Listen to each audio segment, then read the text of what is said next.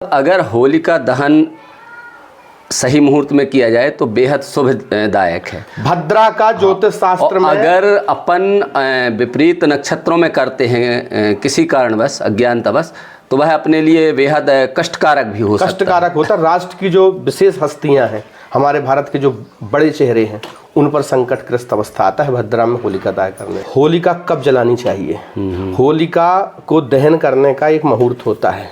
ज्योतिष का विद्यार्थी होने के नाते मैं आपको बताऊं, आज हम यहाँ आए हुए हैं सुप्रसिद्ध कथावाचक और लगभग मध्य प्रदेश की सभी जगहों में आप जाने जाते हैं। मध्य प्रदेश के बाहर भी आपका एक स्थान है, नाम है। बहुत दूर दूर से लोग आपके यहाँ समस्याएं लेके आते हैं, समाधान पाते हैं। प्रसिद्ध कथावाचक रजनीश शास्त्री जी से देखिए, पहले बात तो मैं आपको होलिका के विषय में बताऊं। अच्छा जी। होलिका कब जलानी चाहिए? होलिका को दहन करने का एक मुहूर्त होता है।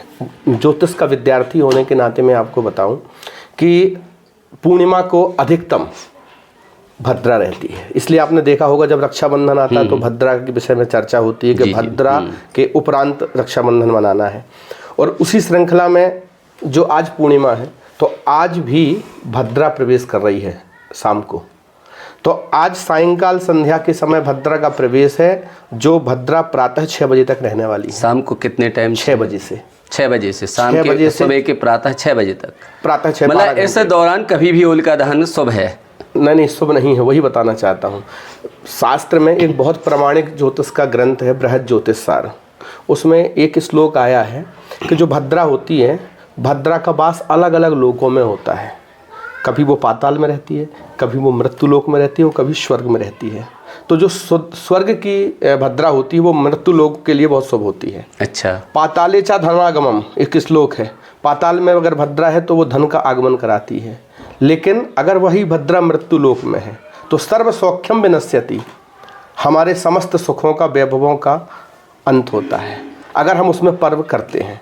तो अगर सही दृष्टि से देखा जाए तो आज का जो होलिका का पर्व है, उसका जो होलिका दहन का शुभ मुहूर्त है वो भद्रा पुच्छ में है, और वो 12:40 से आया हुआ है रात में। तो 12:40 से लेकर के 2 बजे के बीच में ही होलिका दहन करने का अत्यंत ज्योतिषीय दृष्टि से शुभ मुहूर्त। अगर उसके पहले कोई करता है जैसे तो दोषपूर्ण माना जाता है। शास्त्र तो क्या नुकसान हो सकता है उससे? राष्ट्र को खतरा होता है। ऐसा लगता है कि हमारे देश में कुछ खतरे आ सकते हैं। अच्छा, ये कैसे जाना जाए कि होलिका का जो भद्रा नक्श जो आपने बताया वह कौन सा है और कब शुभ है? ये देखिए, बहुत अच्छा प्रश्न है।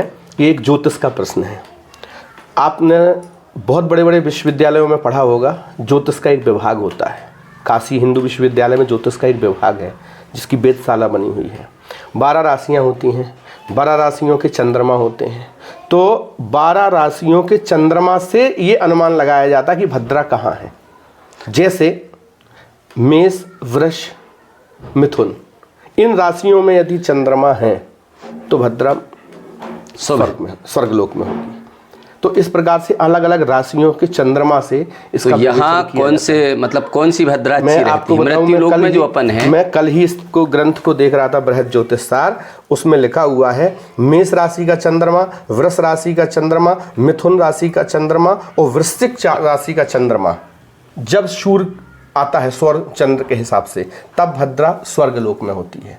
तो ये अपने लिए शुभ रहता है कि अशुभ? जो ये स्वर्ग में रहने से भद्रा शुभ होता है। अच्छा। पाताल में रहने से भद्रा हम लोगों के लिए शुभ रहता है। लेकिन जब मृत्यु लोक में भद्रा आती है, कर्क, सिंह, कुंभ और मीन, 4-11, 5-11 और 11 और मीन माने 12, इन राशियों पे, तो ये मृत्यु लोक में भद्रा मानी जाती है। मतलब इसमें अपन को कोई भी अच्छे काम नहीं करने चाहिए। भद्रा में विशेष करके होलिका, रक्षाबंधन पर्व मनाना, गृह प्रवेश करना, उपनयन संस्कार करना, ये वर्जित माना गया है। अच्छा।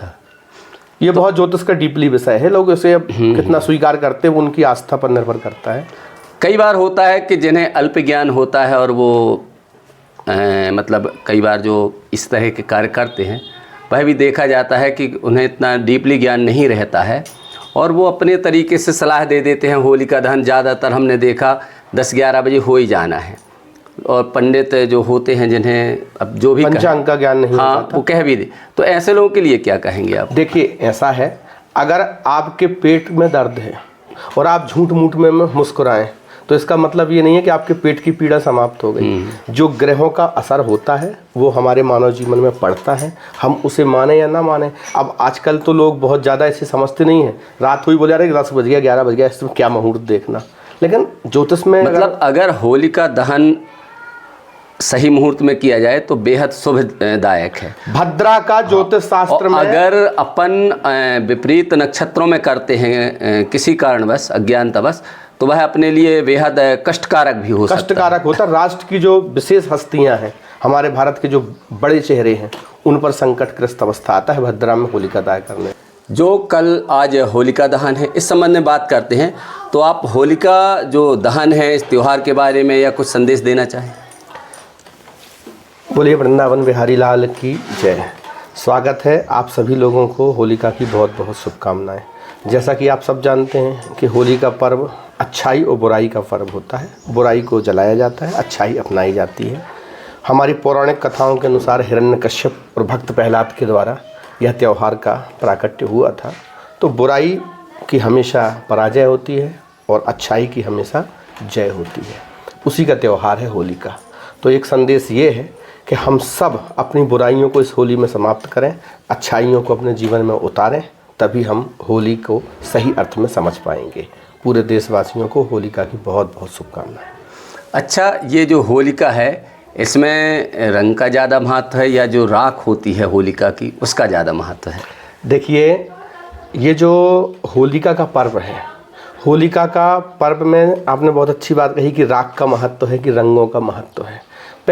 सबसे पहले जब होलिका जलती है तो जो उसकी राख हुई उसको उठा के लोगों ने आपस में उत्सव मनाया, जिसको धुरेड़ी कहते हैं हम लोगों की भाषा में।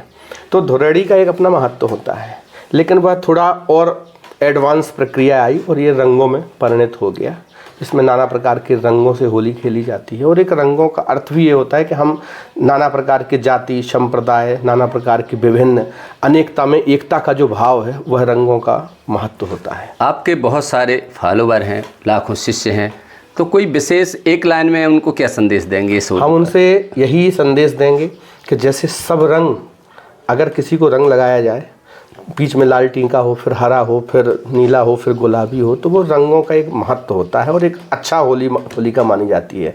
उसी प्रकार हम सब देश में नाना प्रकार के जाति, पंथ, संप्रदाय, विभिन्न भाषाओं के लोग रहते हैं। हरा रंग भी लगाना चाहिए? बिल्कुल लगाना चाहिए। वो तो हमारे कन्हैया जी का भी बहुत प्रिय कलर है। हरा रंग जो होता है ना, इसका संबंध बहुत बाद में ये जाति संप्रदाय से जोड़ा गया। बाकी हरा रंग से ही हमारे कन्हैया जी की वृंदावन बिहारी लाल की पहली पोशाक पहनाई जाती है। अच्छा, कल ग्रहण भी है, तो इसके विषय में बताइए कुछ।